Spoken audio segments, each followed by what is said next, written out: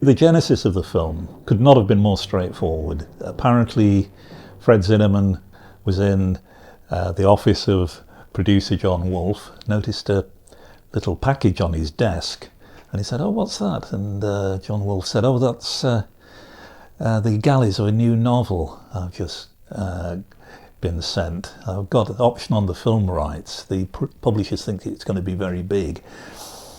And Zinnemann said, "Oh, right. Do you mind if I take it away and read it?" And said, "No, go ahead." Read it over the weekend, came back and said, "Right, I'll do it. I'll film it." And the novel, of course, was The Day of the Jackal, Frederick Forsyth's first novel, written, he said, in 5 weeks when he was stony broke. He'd lost his job at the BBC, and based mainly on his experience as a reporter for Reuters in the early 1960s when he was covering the movements of President Charles de Gaulle in France. And he said he became very close to the police guards, because as the film states at the beginning, actually, the early 60s was quite a stormy time in France. De Gaulle was very unpopular with the military, granted independence to Algiers, and there were several assassination attempts. And Forsyth had come to the conclusion, in fact, that the assassination attempts would always fail because they were being plotted from within France by the OAS. But he said the intelligence of de Gaulle's men was so superb. They had police informers, they had dossiers on every known dissident in the country. He said he thought it would be impossible for an assassination attempt to succeed within France. And that's where he got the idea of the Jackal. If you want to assassinate de Gaulle, you hire a professional assassin from outside. There are no police records on him. And so he could move around undetected. And that was, the basic sort of premise of where he got the plot from. And then it was a matter of, how would he operate? How would he get the false documents? How would he smuggle a weapon into the country, etc.? And I think Zinnemann saw immediately the cinematic potential in it. There's a lot of movement. It would involve a lot of location work, which really appealed to him, because it sort of brought back his basic documentary training when he was an apprentice with Robert Flaherty, etc. And I think he particularly also thought it would be an interesting narrative challenge. Can you involve an audience in a plot in which they already know the outcome?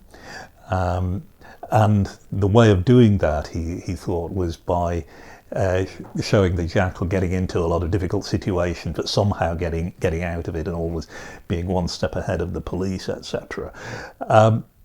And he also, I think, was intrigued by the sense of, would an audience be involved in a narrative in which no empathy is expected towards the hero who is operating? He's a completely unsympathetic character.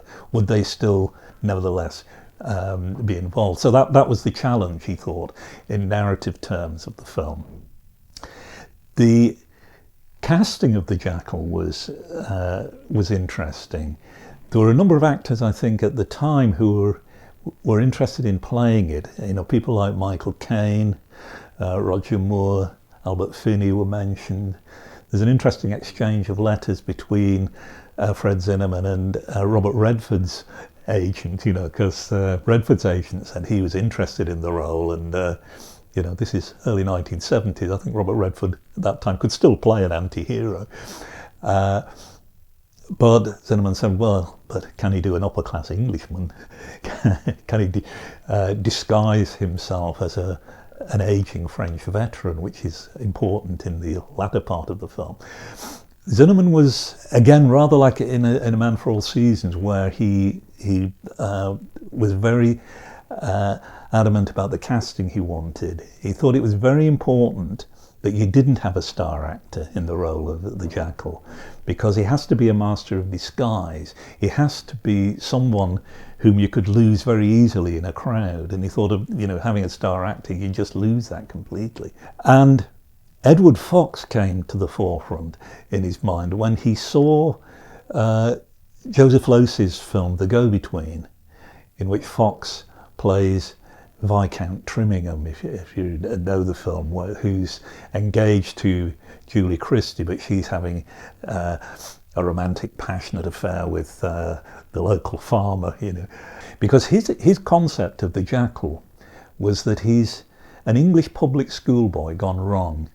He liked the idea of an aristocrat assassin, you know, not a thug. He's sharp-witted, he's charming, he's intelligent. But that there's this ruthless underlying streak to him.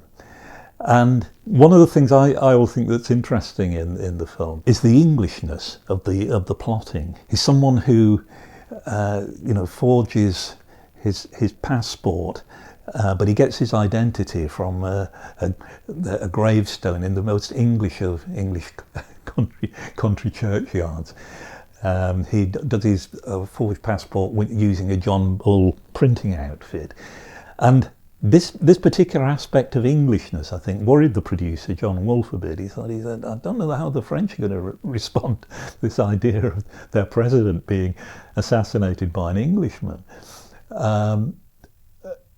Particularly because de Gaulle, of course, was, you know, he'd been dead for 2 years when the film was being made, but was still remembered in the UK, of course, as the person who blocked Britain's entrance at that time into what was known as the common market. So he wasn't a popular political figure in England.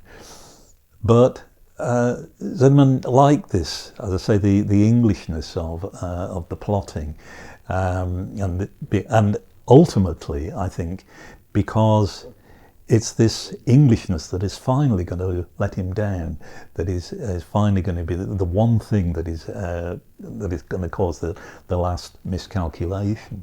One of the things that interests me about the film particularly is that in some ways it's a very typical Fred Zinnemann film, but in other ways it's very untypical and almost anti-Zinnemann film, and it intrigues me why, you know, he particularly was drawn to this subject. It's a typical Zinnemann film in that, you know, it's extremely well made. I mean, this is somebody who knows everything there is to know about the camera. It's beautifully edited, not a wasted shot. It knows exactly what it's doing, where it's going, etc. It's just, you know, there's a lot of pleasure just to be had from the sheer craftsmanship of the film, I think. It's a film also in which is a race against time, and that would remind you of High Noon. And I mean, one of the things that somebody's calculated, I think, is that there are 31 shots of clocks in Day of the Jackal. And I often wondered whether Zinnemann was deliberately parodying himself there, you know, with all those shots of the clocks in High Noon. And because it's interesting because they don't always sort of give you the time. They also give you the place, and they also, in some cases, give you the personality as well. In Day of the Jackal, it's interesting because there's a moment when he's been informed that they know of the existence of the Jackal, and he's more or less told to abort the mission. And there's a signpost that's going that way to Italy and Rome, that way to Paris. And in the novel, it's interesting because there's about a page worth of psychological analysis at this particular point, and it's one of the weakest moments in the novel, I think, because it almost humanises the Jackal. But in Zinnemann's film, he just goes, looks and thinks, back to Paris. You know, I've been given a job to do. I will do it. But the fundamental thing, I think, that links it to other Zinnemann films is, you know, the crucial Zinnemann theme that he returns to again and again, which is the individual against society or the institution. And, you know, there's a moment towards the end in Day of the Jackal, which Fred Zinnemann, I think, always said he liked. It's the moment when, on the day of the assassination attempt, the whole state apparatus, political, military, etc., is absolutely at a standstill because of this one man, and they don't even know who he is. they can't identify him. You know, he could be anybody in the crowd. And of course, the individual against the system, or the institution, or the community. You got it in High Noon, where the marshal decides, you know, he must face the outlaws alone. You've got it in From Here to Eternity, with the boxer Pruitt, played by Montgomery Clift, refusing to box against the orders of his company. In The Nun story, it's Audrey Hepburn finally deciding that she's, you know, the convent is not where she belongs. She belongs fighting in the resistance in World War II. In Man for All Seasons, of course, Sir Thomas More finds himself up against, you know, the king and the state, etc., and is executed because of it. And all of these characters, of course, they have to face difficult choices, but you may not agree with them, but they're the matters of their own morality, their choices of conscience, and they are to do with who they think they are. You know, it's to do with their own sense of identity. And but then you get the Jackal, and he's the absolute negation, the absolute opposite of this. He's the individual, but he's got no conscience. His only principle is, you know, that of the paid assassin. He's not clinging to a sense of identity. He has no identity. Even at the end, nobody knows who he is. Now, why he chose to do it at that time, I think would be difficult to answer. I think there are a lot of things that were going on that that may have been weighing on his mood at that time. There's obviously the political upheavals of the late 1960s, early 70s, although the setting of the film is the early 60s. The mood of it, I think, is very early 70s. You know, it's a decade of political assassination, of rebellion followed by repression, etc.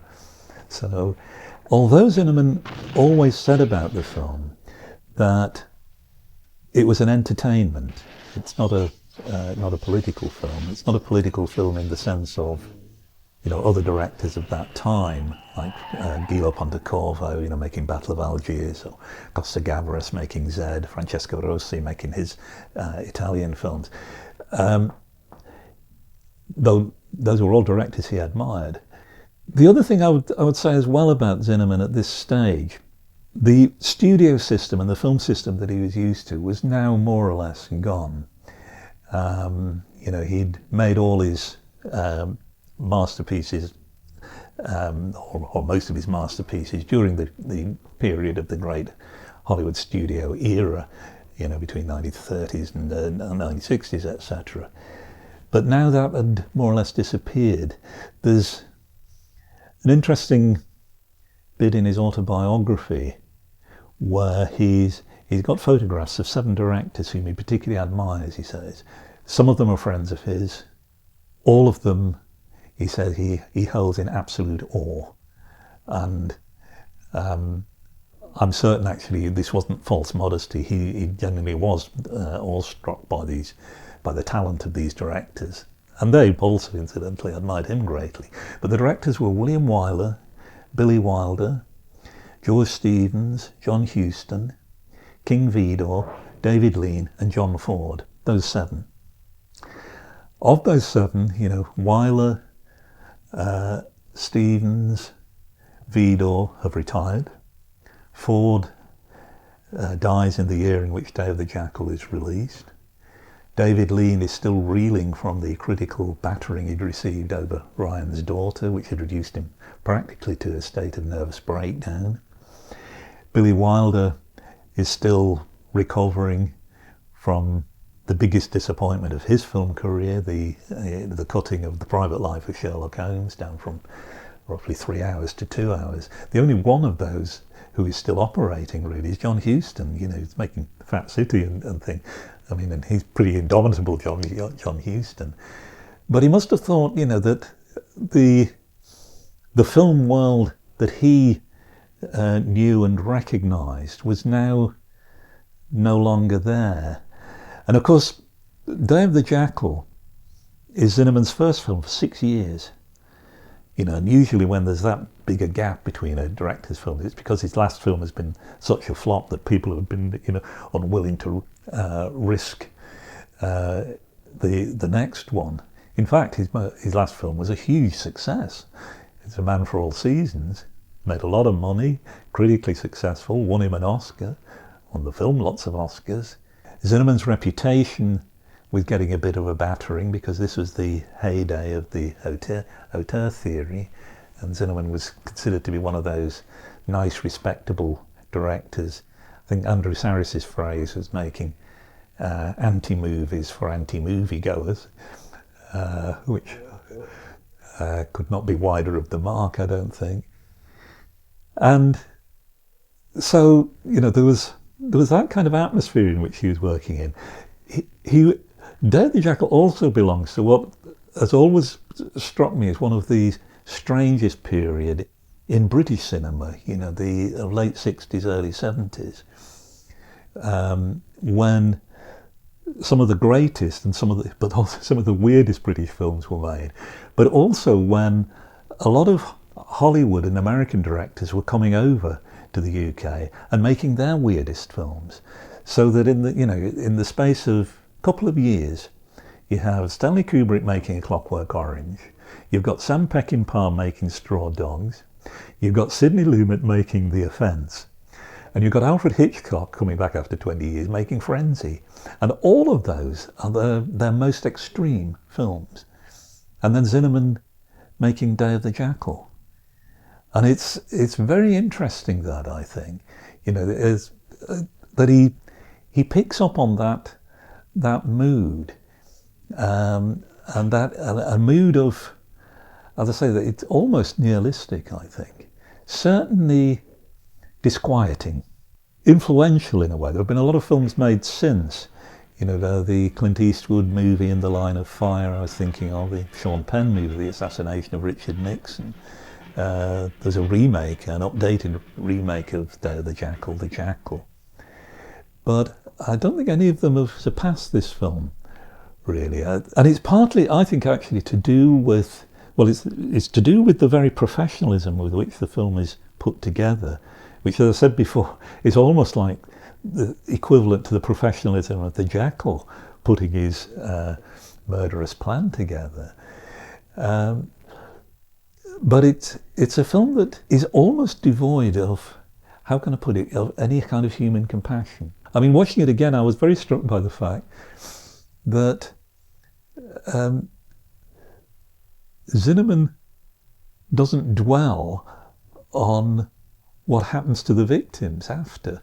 There's no filming of any remorse or any kind of follow-up to that. It's just almost collateral damage along this particular kind of process.